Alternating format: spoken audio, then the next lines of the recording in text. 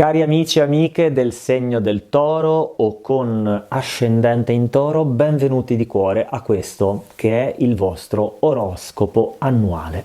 Come sarà il 2025 per il segno del Toro? Lo vedremo subito, ma prima ci tengo a raccontarvi una cosa fondamentale che poi ci aiuterà nel corso dell'oroscopo. Vediamo proprio come sarà diviso questo video, che prevede 3 capitoli. Nel primo capitolo, che è questa intro, andremo a prepararci in un qualche modo per quello che arriverà dopo e appunto vi illustro le parti che seguono. Quindi sarà una parte breve ma importante. Il secondo capitolo invece sarà dedicato ai transiti cosiddetti generazionali. Quindi vedremo Saturno, Giove, Urano, Nettuno, Plutone per il segno del Toro, e quindi è una parte fondamentale questa, perché ci introduce proprio alle energie del 2025. Poi però ci sarà anche un terzo e ultimo capitolo dove andremo in un modo un po' più preciso a vedere le energie mese per mese, da gennaio fino a dicembre, e guarderemo anche i pianeti personali, quindi le lune, Mercurio, Venere e così via. Detto questo, se ancora non mi conosci, io sono Elvio e su questo canale AstroWay parlo di astrologia evolutiva, un'astrologia che ti guida e ti supporta nella tua crescita personale e spirituale. Se per caso ancora non l'hai fatto, oltre a lasciare un like a questo oroscopo, puoi anche iscriverti al canale e attivare le notifiche. La motivazione per farlo è molto semplice, perché nel corso di questo 2025 ho in programma decine e decine di video proprio dedicati a questa visione spirituale dell'astrologia. E detto questo, iniziamo il nostro viaggio. E così, amici e amiche, siamo arrivati al secondo segno dello zodiaco, ovvero al segno del Toro. Facciamo una precisazione importante. Anche i pianeti che non creano un aspetto classico, quindi che non creano una quadratura, ad esempio, un'opposizione e così via, hanno comunque un'influenza. Quindi, ad esempio, i transiti di Saturno e di Nettuno, che entrano in Ariete e sono transiti quindi della 12ª casa del Toro, poi vedremo che cosa significa, hanno comunque questo significato di nuovo inizio. Cioè, nuovo inizio è qualcosa che veramente riguarderà tutti i segni zodiacali, non ci sarà qualcuno, come dire, esentato.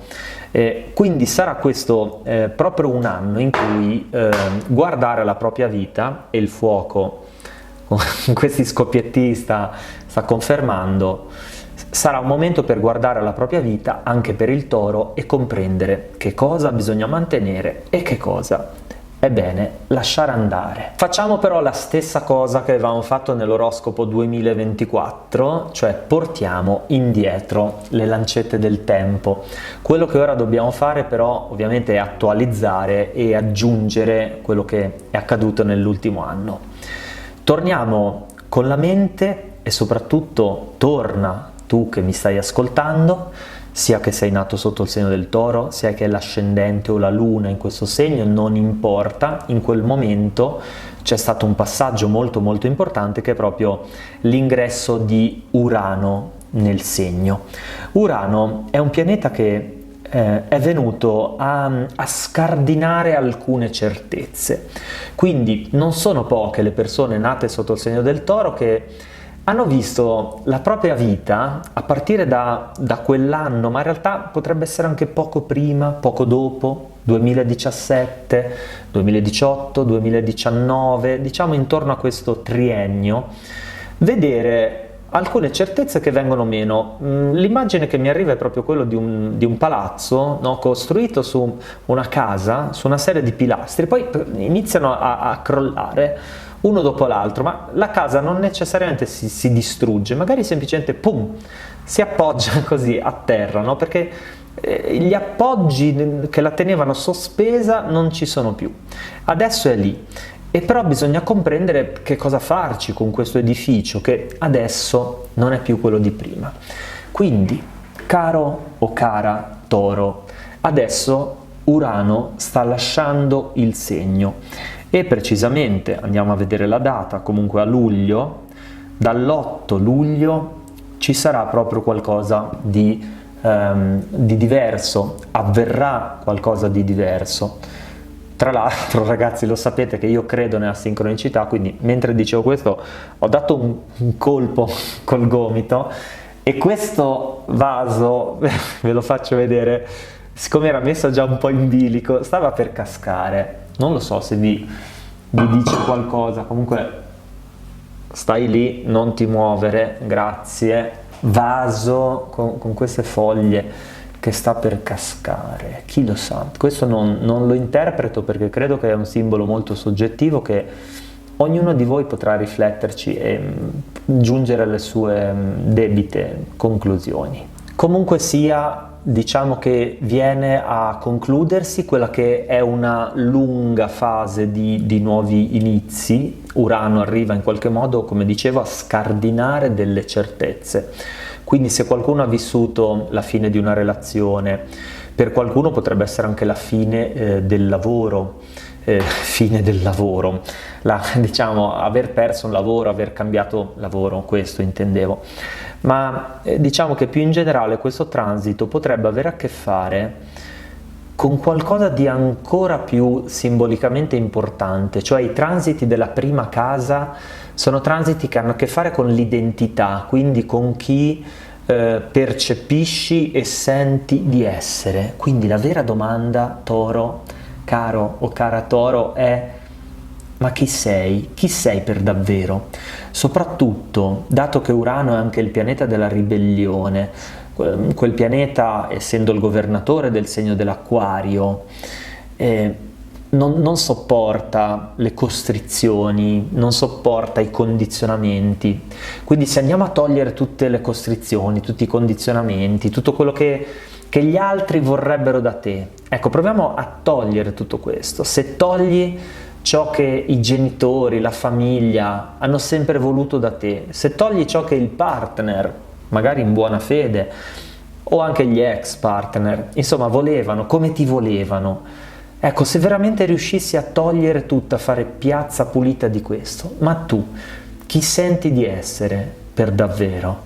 Prima di proseguire, però, lasciatemi dire una cosa di cui si parla veramente poco, ma è invece giusto iniziare a parlarne proprio in questo oroscopo 2025, perché nel 2028, cioè nel prossimo ciclo, adesso Saturno ha lasciato i pesci ed è entrato in Ariete, giusto? Significa che nel prossimo ciclo dall'Ariete passerà proprio al Toro. Questo movimento avverrà nel 2028, quindi certo è un movimento ancora lontano, però provate a seguire proprio questa onda, questa danza del tempo.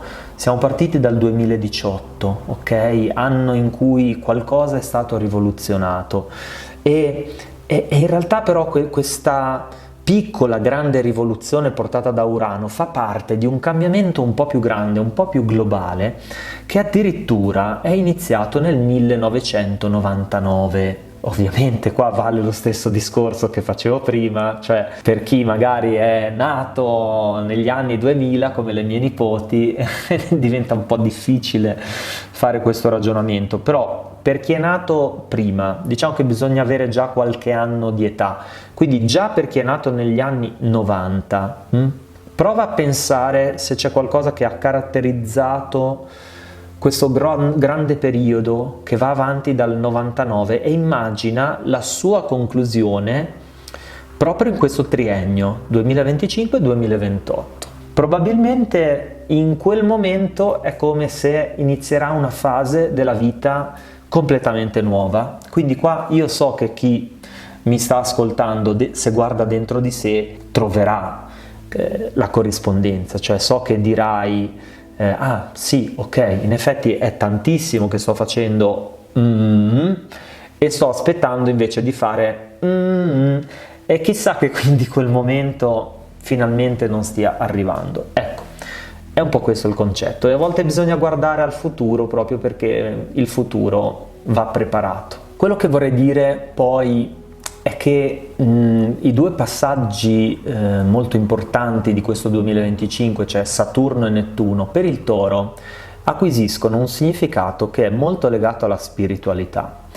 E su questo quindi possiamo anche trovare proprio una strategia pratica, cioè il discorso qual è in sostanza? Dato che Nettuno è già in se stesso il pianeta della spiritualità, Saturno nella sua ottava più alta è come se è un pianeta spirituale, perché è quello che ci dà la regola, ci dà il ritmo.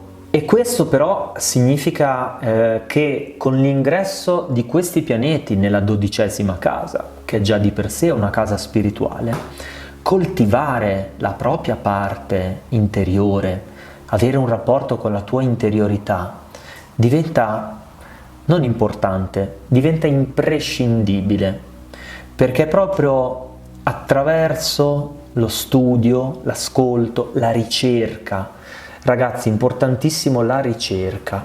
Il Toro a volte può avere questo atteggiamento che solitamente dall'astrologia classica viene chiamato pigrizia, ma pigrizia non è secondo me la definizione migliore, oltre a essere un po', diciamo, bruttino, però il punto è un altro. Il punto è che la tendenza all'ottava bassa per il Toro a volte è quella di aspettare che le cose arrivino dall'esterno, che caschino dal cielo, diciamo così, mentre invece probabilmente la cosa migliore da fare sarebbe proprio quella di andare a prendersi le cose. E cosa significa andare a prendersi qualcosa a livello spirituale? Innanzitutto proprio questo, lo spirito di ricerca, essere in grado di cercare le cose, essere in grado di, ad esempio, se vuoi partecipare a un evento, prendere tutte le informazioni, essere autonoma quando cerchi queste informazioni. Se vuoi capire di più qualcosa, intanto è il fuoco che continua a scoppiettare, se vuoi comprendere di più su qualche argomento, e come si fa? Ci si mette lì, si guarda che libri ci sono anche dei siti che fanno dei riassunti dei libri. Insomma ragazzi, la ricerca, c'è bisogno proprio di ricercare. Vorrei concludere dicendo qualcosa sui due grandi classici di ogni oroscopo, cioè lavoro e relazioni. Per dire innanzitutto che nei nostri oroscopi, diciamo, io non li imposto parlando di queste due cose, perché guardo più in generale all'evoluzione, quindi quello che abbiamo detto finora poi avrà una ricaduta anche nel lavoro e nelle relazioni. Comunque, se vogliamo cercare di dare qualche suggerimento pratico anche in questi due ambiti, sicuramente Plutone, che sta entrando nella 10ª casa del Toro, va in qualche modo a dare la possibilità di far crollare, quindi è proprio quell'immagine iniziale, no? Della casa che crolla, che si destruttura, tutti quei lavori che il Toro ha accettato senza magari avere realmente voglia, intenzione di farlo. Quindi essere onesti con se stessi in questo ambito e soprattutto iniziare a costruire un'alternativa lavorativa già nel 2025 è sicuramente un'ottima idea. Mentre invece per quanto riguarda le relazioni, anche in questo caso il suggerimento è proprio quello di spiritualizzare le relazioni, portare la spiritualità nelle relazioni, con tutto quello che può significare. Qua non voglio entrare nel merito, però provate a pensare quanto è spirituale la mia relazione. Posso fare qualcosina in più, qualche pratica insieme, qualche attività insieme, leggere un libro insieme, fare un'esperienza insieme, o leggere anche un libro separati per dire, però poi confrontarci? Ecco, proviamo a indagare in questa direzione. Molto bene ragazzi, allora se vi trovate sull'oroscopo annuale, quello generale, bello questo gesto che va a prendere l'arco di pietra, ora lo farò per tutto l'oroscopo, scusate ragazzi, devo anche giocare un pochino. Comunque, se vi trovate sull'oroscopo quello generale, adesso proseguiamo il viaggio con il prossimo segno, oppure se state guardando il video dedicato solo al Toro, adesso proseguiamo e vediamo i transiti dell'anno per la Luna, Mercurio, eccetera eccetera. Quindi se invece lo state guardando su quello annuale ma volete sapere i transiti dei pianeti personali, guardate qua sotto e troverete il link al video. E adesso proseguiamo il nostro viaggio lungo lo zodiaco. Cari amici e amiche, come promesso, eccoci di nuovo qua per vedere un po' più nel dettaglio quelli che saranno i movimenti per il segno del Toro. Innanzitutto vi vorrei svelare una piccola curiosità, dato che questa domanda mi viene fatta. Probabilmente non c'entra con l'oroscopo, ma credo che possa essere una cosa utile e interessante per tanti, quindi provate ad ascoltare questo passaggio, quello che sto per dirvi. Come si fanno a vedere i transiti? Ovviamente ci vuole un po' di conoscenza astrologica e sapere come funzionano le quadrature, tutto questo, però per chi ne ha già un'idea esistono delle tabelle chiamate effemeridi, che sono quelle che in questo momento ho davanti, quindi se vogliamo andare a vedere che cosa accade ad esempio per il segno del Toro si guardano queste tabelle, poi magari vi dirò anche dove trovarle, ma basta fare una ricerca in realtà scrivendo effemeridi con l'anno che si vuole trovare, in questo caso 2025, e si troverà. La prima cosa da dire è che rispetto al segno dell'Ariete che ho appena studiato, la situazione per il Toro è veramente molto diversa.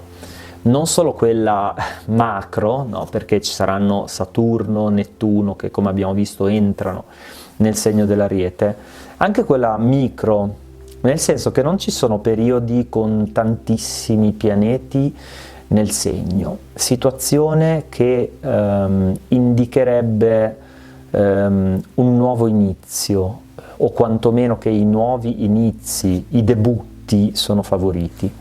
Questo significa che in qualche modo per chi ha in mente o nel cuore anche qualcosa, vuole far partire un progetto, ha un'idea in cantiere, che con questa idea vuole farci qualcosa, bisogna proprio farlo attraverso l'impegno, attraverso quella concretezza che è proprio tipica del segno del Toro.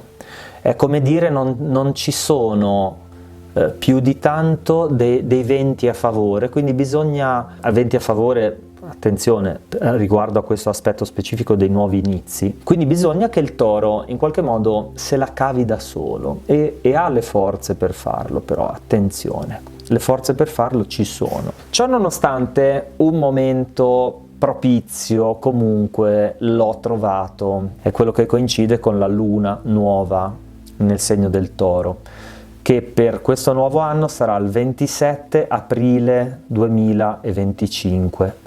Tra l'altro io trovo sempre simboliche le date che cascano vicino alle date che di per sé hanno già un significato. 25 aprile liberazione, 27 aprile luna nuova in Toro.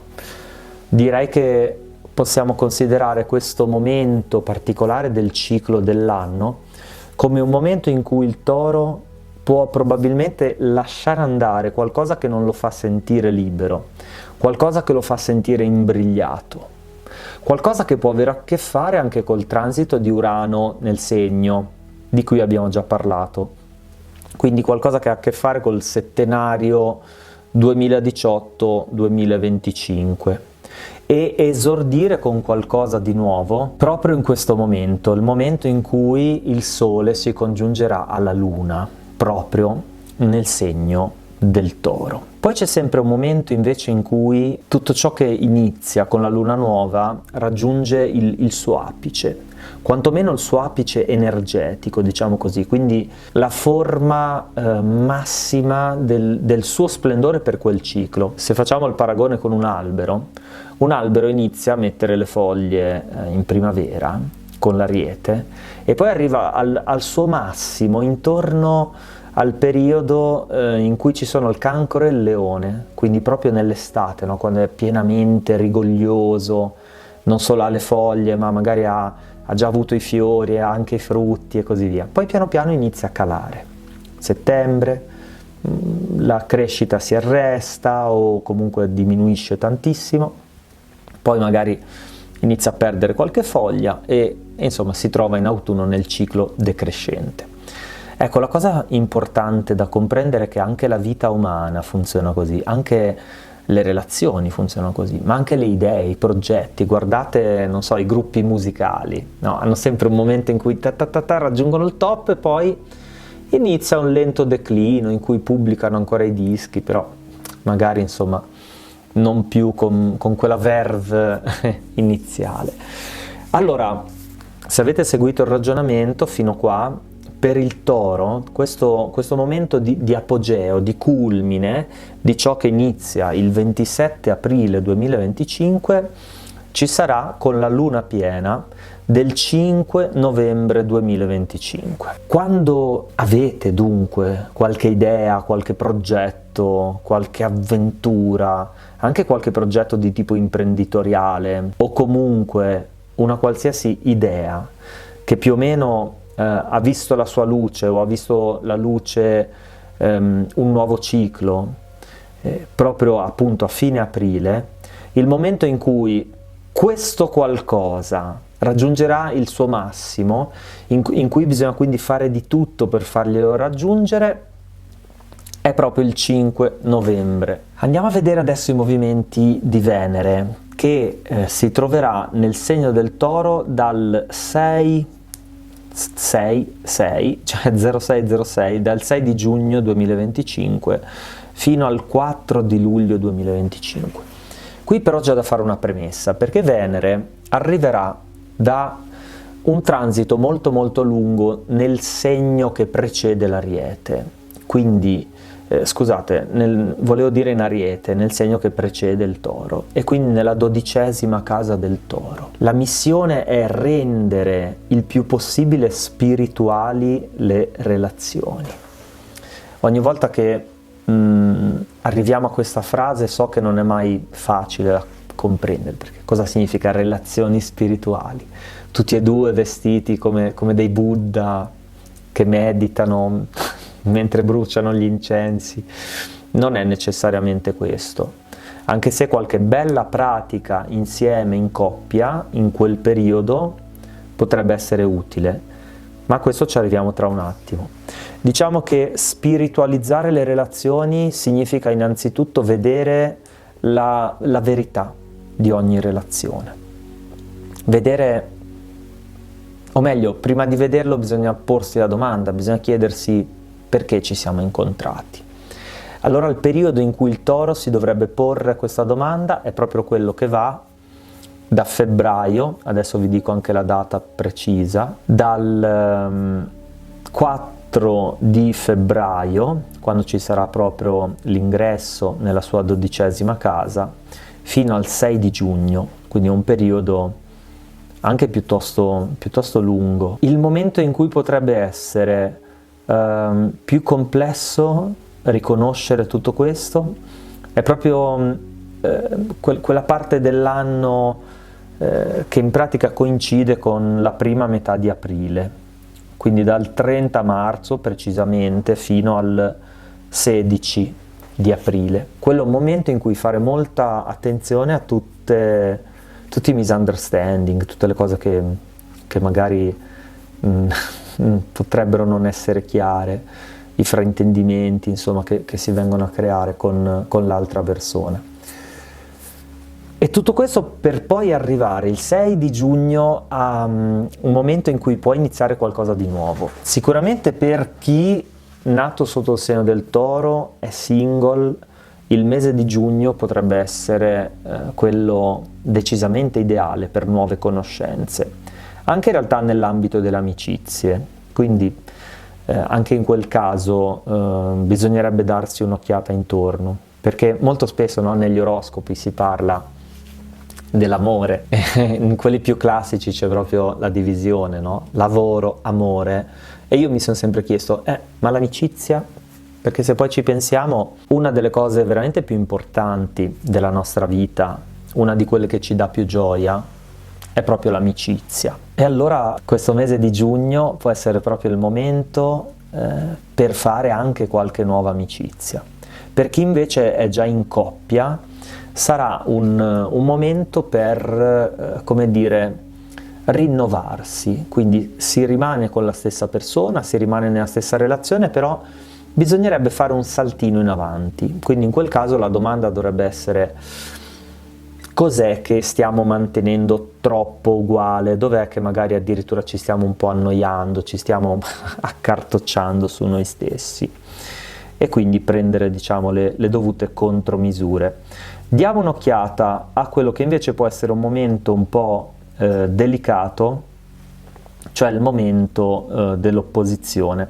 Bisogna dire che quest'anno, per una questione proprio di armonizzazione, passatemi il termine, tra i vari pianeti personali, cioè il Sole, la Luna, Mercurio, Venere e così via, non si creerà per il Toro un momento in cui ci saranno tantissime opposizioni, però qualcosina lo troviamo sicuramente nel mese di novembre. Ad esempio giornate a cui fare sicuramente un po' di attenzione saranno quelle della Luna nuova nel segno dello Scorpione. Quindi stiamo parlando del, se le volete segnare, le date precise sono 18, 19, 20 novembre. Questo momento, in quel momento Sole e Luna saranno in opposizione, ci sarà una giornata in particolare in cui si vengono a creare effettivamente 4 opposizioni. Quindi avevo detto che questa situazione non si crea mai, e in effetti non si crea quasi, perché è una giornata molto particolare, unica direi, che è il 20 di novembre. Già nei giorni dopo, 3 giorni dopo, il Sole sarà entrato in Sagittario, quindi questa opposizione viene meno. C'è anche un momento invece in cui Marte sarà in opposizione, probabilmente vale la pena citare anche questo. Sarà dal 23 di settembre, io mi immagino adesso tutti voi Toro lì con l'agenda a prendere appunti, e fareste bene, quindi se per caso non ce l'avete mettete in pausa il video e andate a scrivere. Questo periodo allora va dal 23 di settembre fino al 4 di novembre, quindi diciamo prende tutto il mese di ottobre più un pezzettino della fine settembre, un pezzettino dell'inizio di novembre, e l'effetto potrebbe essere quello di un rallentamento, non tanto di problematiche, tanto meno problematiche grosse o difficili da gestire, però ecco, l'idea della zavorra potrebbe essere proprio quella, cioè cammini ma col peso che ti porti dietro sulle spalle. Ma stavo per dimenticare che anche per il Toro abbiamo il magico gioco dei dadi astrologici, quindi ci trasferiamo da Alessandra, dato che io non ho con me i dadi, li lancerà lei, andiamo a vedere il risultato e poi lo commenteremo insieme.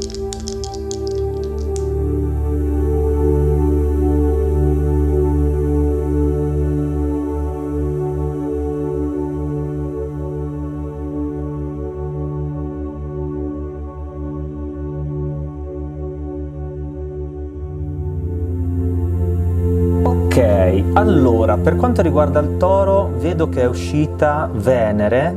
Tra l'altro io ho già sbirciato un po' nei segni successivi ed è uscita Venere più di una volta, quindi questo sarà proprio in generale l'anno delle relazioni.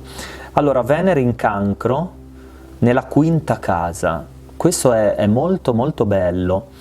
Venere, relazioni. Poi c'è il Cancro, quindi cura nelle relazioni, dolcezza quando ci approcciamo con gli altri, riscoprire la tenerezza, una tenerezza e una dolcezza giocose anche. Mi fa pensare proprio a un cucciolo, a me, questo tipo di configurazione che si è venuta a creare. Per qualcuno potrebbe significare anche questo, prendere un cucciolo, avere un nuovo amico a 4 zampe, però in realtà credo che indichi anche la cura dei bambini in generale, ok? Quindi il cucciolo, il bambino, sicuramente c'è questa figura, ma voglio arrivare al fatto che a me viene in mente soprattutto il bambino interiore. Quindi è un momento per il toro di prendersi cura del proprio bambino interiore, anche di farlo giocare. Quindi prova a pensare a tutte quelle soddisfazioni che non ti sei mai dato. Io ad esempio ricordo un distributore Playmobil che volevo tanto e che i miei non mi comprarono mai quando ero piccolo, ecco. Forse adesso non so se mi piacerebbe ancora, però ci sono delle cose che in realtà ci possiamo concedere anche da adulti. Bert Hellinger diceva: non è mai troppo tardi per avere un'infanzia felice. Quindi, caro toro, prova a chiederti questo: che cosa potrebbe servirti per recuperare quel pochino di felicità che magari non hai avuto o non hai avuto del tutto nell'infanzia, ma riguardo al gioco, al giocare, a qualcosa che fa divertire, e poi conceditelo. E a questo punto, per par condicio, però, io andrei a vedere anche qualche momento in cui ci sono energie armoniche. E partirei proprio dal primo mese, da gennaio, perché ci saranno energie che soffiano verso il toro, arrivando dal segno del Capricorno, quindi un'energia di concretezza, diciamo dal 9 fino al 19 compreso. Vediamo se c'è anche una luna in mezzo. Sì, c'è anche la luna nel segno della Vergine, quindi le giornate, diciamo, il cui significato potrebbe essere proprio concretizzare, portare a termine qualcosa, saranno 17, 18, 19 di gennaio. Andiamo adesso a vedere un altro periodo, che era quello intorno a settembre. Vediamo se lo trovo subito. Un periodo in cui avremo Mercurio che entra nel segno della Vergine, andrà a sommarsi all'aspetto di trigono che fa il Sole.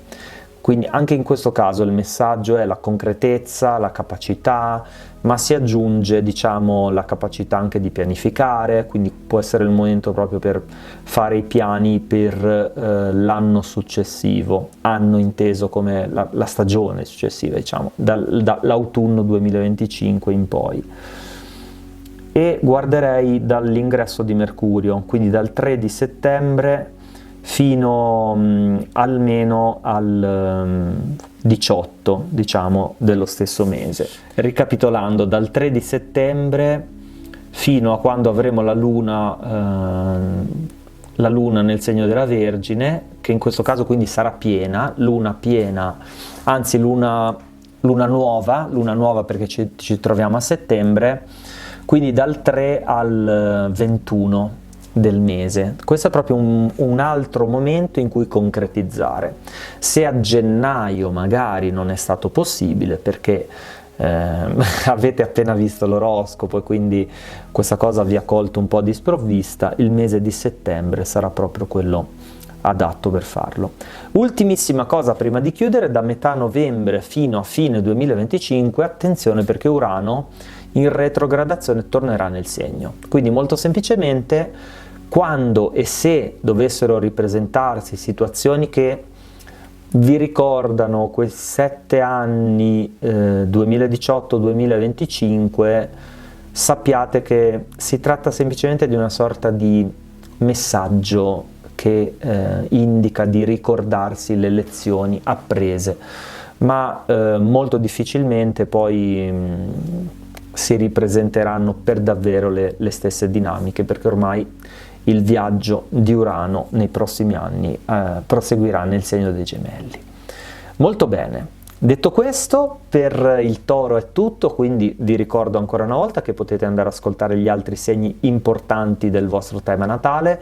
Se non conoscete bene il vostro tema natale, assolutamente da conoscere, quindi andate a cercare il tutorial qui su AstroWay in cui spiego come funziona. Vi ricordo che se volete sostenere il canale lo potete fare lasciando un super grazie, oppure in alternativa anche semplicemente un like e iscrivendovi. Io vi mando un grandissimo abbraccio pieno di spiragli di luce.